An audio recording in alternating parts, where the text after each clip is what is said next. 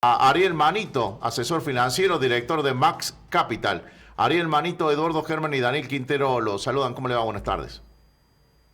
Buenas tardes, ¿cómo están? Muy Hola, bien, Ariel. muy bien. Bueno, Ariel, le queríamos consultar qué va a pasar con aquellos que tienen acciones de YPF, qué va a pasar con YPF, qué repercusiones tiene, cuál es su análisis de toda la información que ustedes pueden acceder. Bueno, ahí me parece que lo importante tiene que ver más que con YPF puntualmente, porque en definitiva, para entender un poco lo que pasó, hay una sentencia sobre un juicio que empezó hace ya más de 10 años, que básicamente son una obligación para el Estado, porque finalmente YPF es como que quedó por fuera. El Estado argentino es el que hizo la estatización de esa forma tan brusca y cometiendo algunos errores, y eso la jueza Presca lo evaluó en 16.000 millones de dólares. ¿Estamos ahí? Sí. Sí.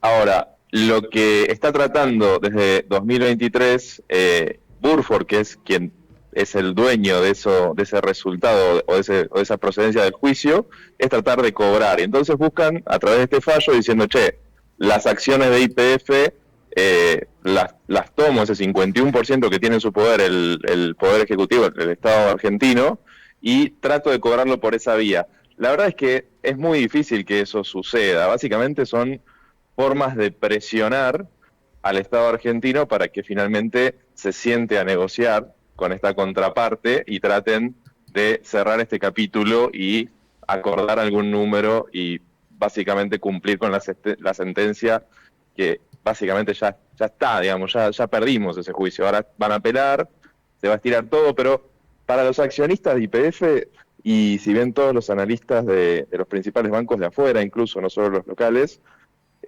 no es o no debería representar un problema. No debería representar un problema, Ariel. Hace un ratito hablamos con el economista Augusto Mamone, porque bueno, por ejemplo, ya Axel Kicillof, que es el principal responsable de todo esto, ¿no? Debería estar en cana y debería estar preso y también inhabilitado para ejercer cargos públicos, eso corre por mi cuenta. Axel Kicillof salió a decir, el gobierno de Milei quiere entregar YPF. Y recién nos decía Augusto Mamone, Buford no quiere ser petrolero, no quiere venir a trabajar con estaciones de servicio, no le interesa eso. No quiere venir a discutir con los No, moyanos. Claro. tal cual. Yo ahí hago un paralelismo también, ¿no? Pues no es una cuestión de gobiernos de izquierda o de derecha o de tendencias políticas. La estatización en sí fue una cosa muy repentina, que me acuerdo esos días que nos despertábamos y teníamos a las autoridades entrando al edificio de YPF, no sé si se acuerdan. Sí. Sí. Y yo hago el paralelismo con lo que fue las privatizaciones también en Bolivia, porque hubo un proceso similar donde incluso gobiernos de misma tendencia y todos lo hicieron de una forma prolija, negociando con una agenda, una negociación que llevó determinado tiempo, que tenía pasos, y que en definitiva eso terminó en algo que no generó después contingencias como las que tenemos ahora, ¿no? Así que ahí sí hay un punto de, quizá no discutamos si recuperar o no recuperar la empresa, que son cuestiones por ahí más políticas, pero digo, se podría haber hecho también de otra forma probablemente. Ariel, para que la gente entienda, vos lo que estás contando es que hubo países, a ver, vamos a ponerle nombre, la Bolivia de Evo Morales, que es tan izquierda, de la patria grande como los de acá, también privatizó, pero no tuvo estos problemas que tenemos nosotros. Exactamente, o sea, porque básicamente se sentó en una mesa, presentó un plan, o sea, me parece que ahí hubo ese tema en el medio que me parece que podría haber sido mucho más, si quieren, prolijo. ¿Y cuál fue, si quieren, el origen o cómo empieza este reclamo? Básicamente en un determinado momento se le ofrece al accionista principal, al mayoritario, Repsol YPF en ese momento, a la gente de Brufao, un determinado precio que se le paga con bonos del gobierno, si se acuerdan, que habían emitido para pagar en definitiva y hacer como diciendo, bueno, te doy la contraparte por esta estatización que estamos haciendo.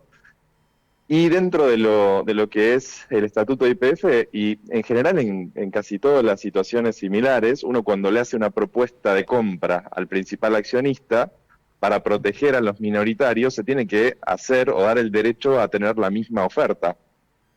Entonces, parte de los accionistas minoritarios, si quieren, hicieron ese reclamo y después terminaron vendiendo ese juicio ahora a este Burford que termina haciendo toda esta gestión a través de estos años y ganando el juicio.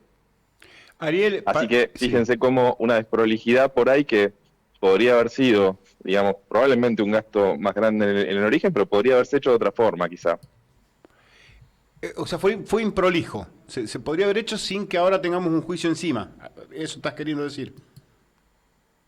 Y seguramente, porque en definitiva lo que se observa es que no se respetó el estatuto de la compañía, y en general esto es como sucede en el mercado, cuando una empresa viene y compra a la otra y hace una compra de la mayoría del paquete, básicamente para no descuidar a los minoritarios, siempre hay una regla de tengo que hacerle la misma oferta. Imagínense ustedes que ahora ustedes son accionistas de YPF hoy, Sí.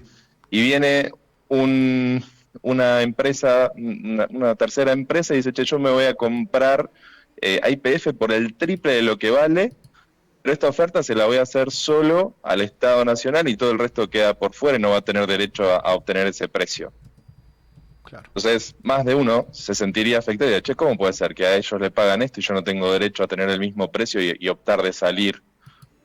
Entonces, es una situación que básicamente siempre se establece para proteger a los minoritarios. O sea, si lo piensan es algo bastante lógico. Después hay un montón de cuestiones judiciales y temas que a mí me parece que lo grave de todo esto también, porque bueno, en algún momento va a haber que sentarse a negociar porque esto va a seguir trayendo problemas y probablemente tengamos que abonar, no sé si el total o no, eso es una cuestión por ahí más técnica que la podrá definir un experto en temas legales.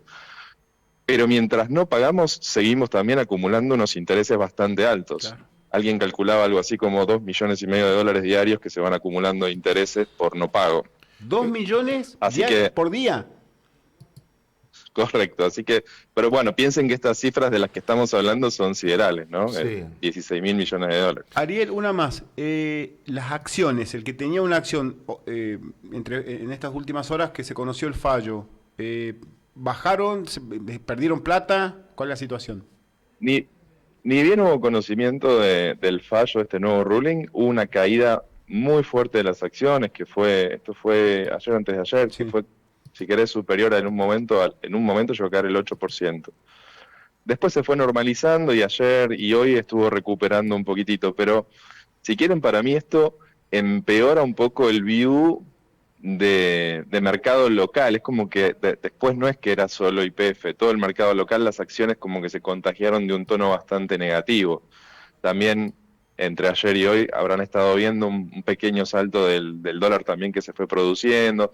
Me parece que le suma contexto negativo a todas las inversiones en Argentina, que bueno, igual ahora en el corto plazo lo que va a pasar es que seguramente van a apelar y esto se va a patear un montón de tiempo y no cambia tanto la situación en el corto de lo que ya sabíamos, ¿no? Porque no hay nada nuevo.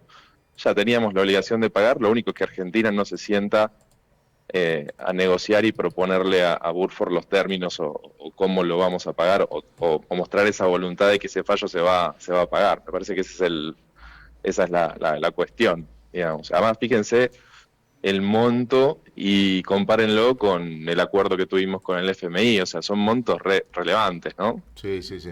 Bueno, Ariel, como siempre, muchas gracias por esta charla con la provincia de La Rioja y lo seguimos a todos estos temas vinculados a la triste realidad de este país. Muchas gracias. Muy atento, hasta luego. Buenas tardes para todos. Hasta Hasta luego. luego, Ariel. Ariel Manito, director de Max Capital, asesor financiero, hablando sobre YPF y todas estas historias.